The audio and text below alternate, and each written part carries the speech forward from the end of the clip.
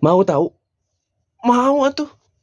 Ayo, mungkin sebagian kalian ada yang tahu nih, kalau misalkan di dalam Al-Quran surat Al-Baqarah, di ayat 255-nya, kita kenal dengan bacaan ayat kursi, yang mana bunyinya, A'udzubillahi minasyaitonirrajim, Bismillahirrahmanirrahim. Allahu la ilaha illa huwal hayyul qayyum la ta'khudhuhu sinatun wa la nawm lahum ma fis samawati wa ma fil ard man zal ladzi yashfa'u indahu illa bi idznihi ya'lamu ma baina aydihim wa ma khalfahum wa la yuhituna bi syai'in min 'ilmihi illa bima syaa wasi'a kursiyyuhu as-samawati wal ard wa la ya'udduhu hifdhuhuma wa huwal 'aliyyul 'azim.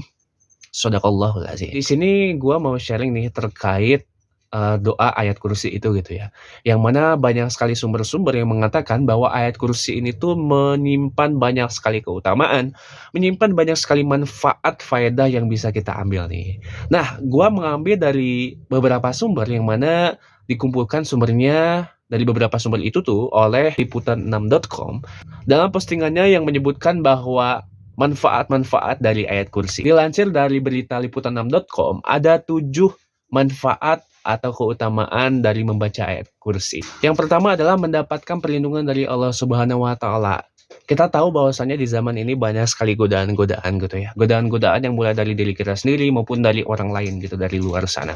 Kita tahu dari diri kita sendiri itu berasal dari hawa nafsu kita, dari panca indera kita, kemudian dari luar ada, kita yakini bahwa ada godaan setan, ada godaan jin, ada godaan atau kejahatan-kejahatan akibat dari hewan buas gitu, terkaman hewan buas, atau juga kejahatan-kejahatan dari manusia itu sendiri. Dengan membaca ayat kursi, insya Allah kita dilindungi oleh Allah Subhanahu wa taala. Yang kedua adalah perlindungan dari 2 malaikat. Ini khusus bagi kita yang membaca sebelum tidur nih, teman-teman. Ada riwayat yang menjelaskan bahwa sebelum tidur kita disunahkan untuk membaca ayat kursi. Insya Allah 2 malaikat akan menjaga kita sepanjang tidur kita. Yang ketiga adalah mudah memahami sesuatu nih. Kalau misalkan kalian berprofesi sebagai seorang siswa, mahasiswa, seorang guru, pekerja, dan lain-lain semuanya, tentunya kita dihadapkan pada sesuatu yang memang akan kita hadapkan gitu. Entah itu materi pelajaran, entah itu masalah hidup gitu ya. Insya Allah kalau misalkan kita mengamalkan ayat kursi ini, insya Allah Allah akan memberikan kemudahan bagi kita, apapun itu persoalannya. Yang keempat adalah diperbanyakannya rezeki oleh Allah Subhanahu wa taala. Nah, ini bagi kalian yang memang sekarang kondisinya kurang diberikan rezeki oleh Allah Subhanahu wa taala, disarankan untuk membacakan sesering mungkin amalan ayat kursi ini. Insya Allah rezeki kita akan ditambahkan dan dilipat gandakan oleh Allah Subhanahu wa taala. Yang kelima adalah, ini masih poin yang pertama, sebetulnya ada kaitannya, yakni dijauhkan dari kejahatan-kejahatan. Seperti tadi, kejahatan manusia, dan juga terkaman hewan buas, atau bencana alam, dan lain sebagainya. Yang keenam adalah dijaga saat kita dalam perjalanan, diselamatkan saat kita dalam perjalanan gitu ya.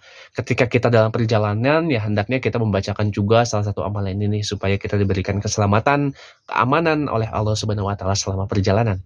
Dan yang terakhir adalah mendapatkan kasih sayang Allah Subhanahu wa taala. Tentu ini merupakan poin yang sangat kita idam-idamkan, sangat kita harapkan, sangat kita inginkan gitu. Karena dengan kita mendapatkan kasih sayang Allah Subhanahu wa taala, tentu apapun yang kita inginkan itu semuanya akan Allah kasih gitu. Allah akan kasih itu semua buat kita gitu.